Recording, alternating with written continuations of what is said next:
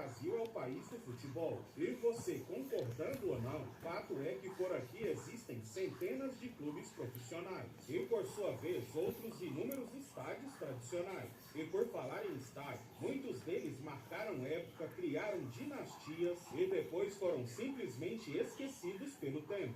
Como eu sempre digo, eu sou o Neto. E hoje no Tradições FC eu vou te mostrar 7 estádios lendários do Brasil que foram completamente abandonados.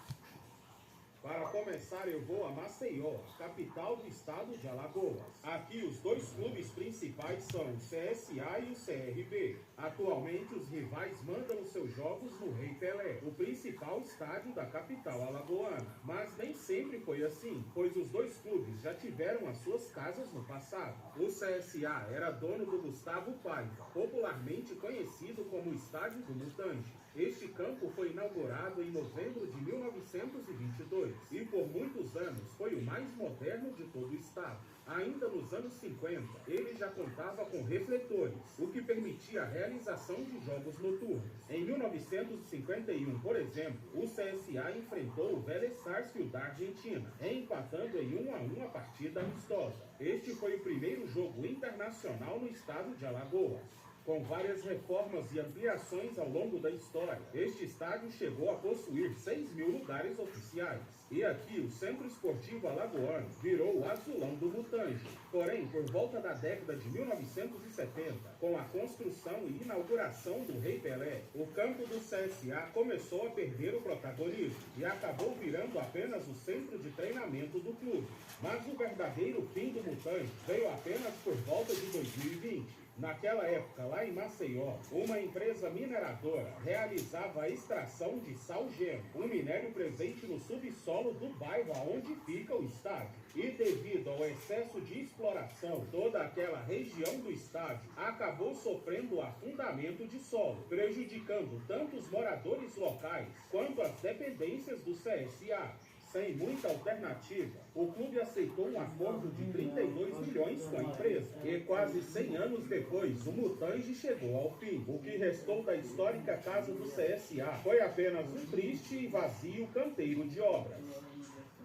Por sua vez, o seu rival, o CRB, também teve um estádio no passado. Seu nome era Severiano Gomes Filho, mais conhecido por todos como o Estádio da Pajuçara. Aqui o futebol remete ao início do esporte na cidade. Ainda no início dos anos 10, um grupo de rapazes jogavam futebol nas ruas do bairro onde futuramente seria o estádio. Depois de muitas vidraças e janelas quebradas, o pessoal se reuniu e decidiram comprar um terreno no local para poder disputar os seus jogos. E após muitos anos de trabalho, principalmente voluntário, em 1916 surgiu o primeiro campo do Clube de Regatas Brasil. 4 anos depois, em maio de 1920, ocorreu o primeiro jogo oficial no estádio. Na ocasião, o CRB enfrentou o Flamengo de Recife. Em 1921, foram feitos os primeiros lances de arquibancadas, ainda de madeira. Em certo momento, a Pajuçara chegou a comportar 10.000 torcedores. Um dos jogos mais lendários que ocorreram aqui foi o Jogo da Sofia. Em 1º de outubro de 1939, o CRB goleou seu rival CSA por 6-0. E isso foi na decisão do título estadual. Outro grande momento foi em 1965, quando o próprio Pelé jogou neste estádio. Assim como o Mutange do CSA, a Pajuçara do Galo também foi perdendo espaço para o novo trapichão. Cada vez mais esquecido e abandonado, finalmente em 2018 o endividado CRB decidiu vender a sua casa. O estádio da Pajuçara foi adquirido por uma rede de supermercados. E ao invés de ser demolido, o campo lendário regatiano segue largado e desrespeitado. Nossa próxima parada será em Manaus, a capital do Amazonas. Aqui está o pior caso de abandono deste vídeo. Conheçam o lendário, histórico e esquecido estádio Parque Amazonense, um campo bastante antigo, inaugurado ainda em 1906 como um hipódromo, aquelas pistas de corridas de cavalo. Poucos anos depois, em 1918, o local também começou a receber partidas de futebol. Então, a sua inauguração oficial como estádio foi no dia 13 de julho de 1918. Naquela data, Rio Negro e Nacional empataram por 1-1. Enfim, o Parque Amazonense foi o primeiro do Amazonas a possuir arquibancadas e em certo momento contou com mais de 10 mil lugares.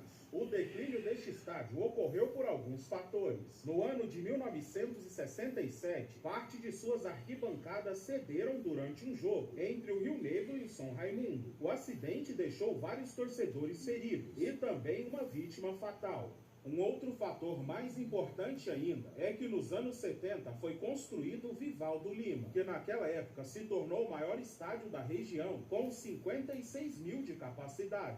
Então não teve jeito. O envelhecido e problemático Parque Amazonense acabou perdendo espaço para o novo campo. O último registro que encontrei de jogo realizado aqui foi lá em 1973, quando o Rio Negro venceu o Rodoviário por 3-1. Desde então começou um processo de abandono geral. Em 1980, grande parte das arquibancadas e estruturas foram demolidas. Das glórias do antigo Parque Amazonense, o que sobrou foi só um portal antigo, que em nada lembra o que já foi o símbolo do esporte e da cultura manauara. Agora, descendo no mapa, vamos para a cidade do Rio de Janeiro. E na zona oeste da capital carioca, fica o estádio chamado Ítalo Del Cima, a casa do Campo Grande Atlético Clube. Esta praça foi inaugurada lá em 1960 e o seu nome vem de um imigrante italiano, o senhor Ítalo Del Cima, que cedeu o terreno para a construção do estádio.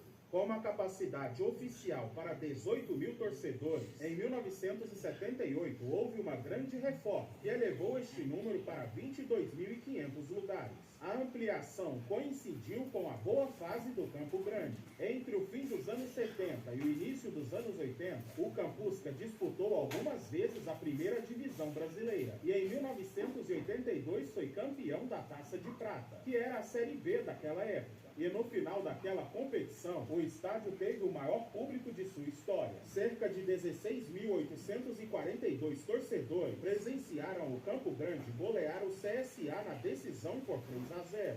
Além do dono da casa, o Ítalo Del Cima também já foi utilizado diversas vezes por todos os gigantes da cidade. Em 1992, teve Fla-Flu pelo Campeonato Carioca, com o tricolor vencendo o Flamengo por 1-0.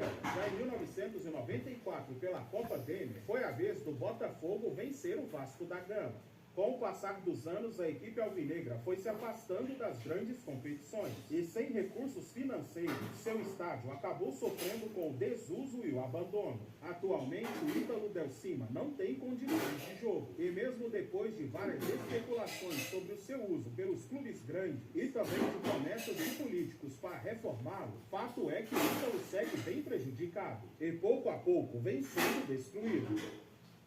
Agora, no estado de São Paulo, nós vamos para Campinas, a terceira maior cidade paulista. Quando se fala em estádios e times campineiros, todo mundo conhece o Brinco de Ouro do Guarani e também o Moisés Lucarelli da Ponte Preta. Mas ainda existe um outro campo histórico na cidade. Hoje ele se chama Serecamp, mas antigamente o seu nome era Estádio da Mogiana. Para você entender que estádio é esse, eu vou precisar falar da Mogiana.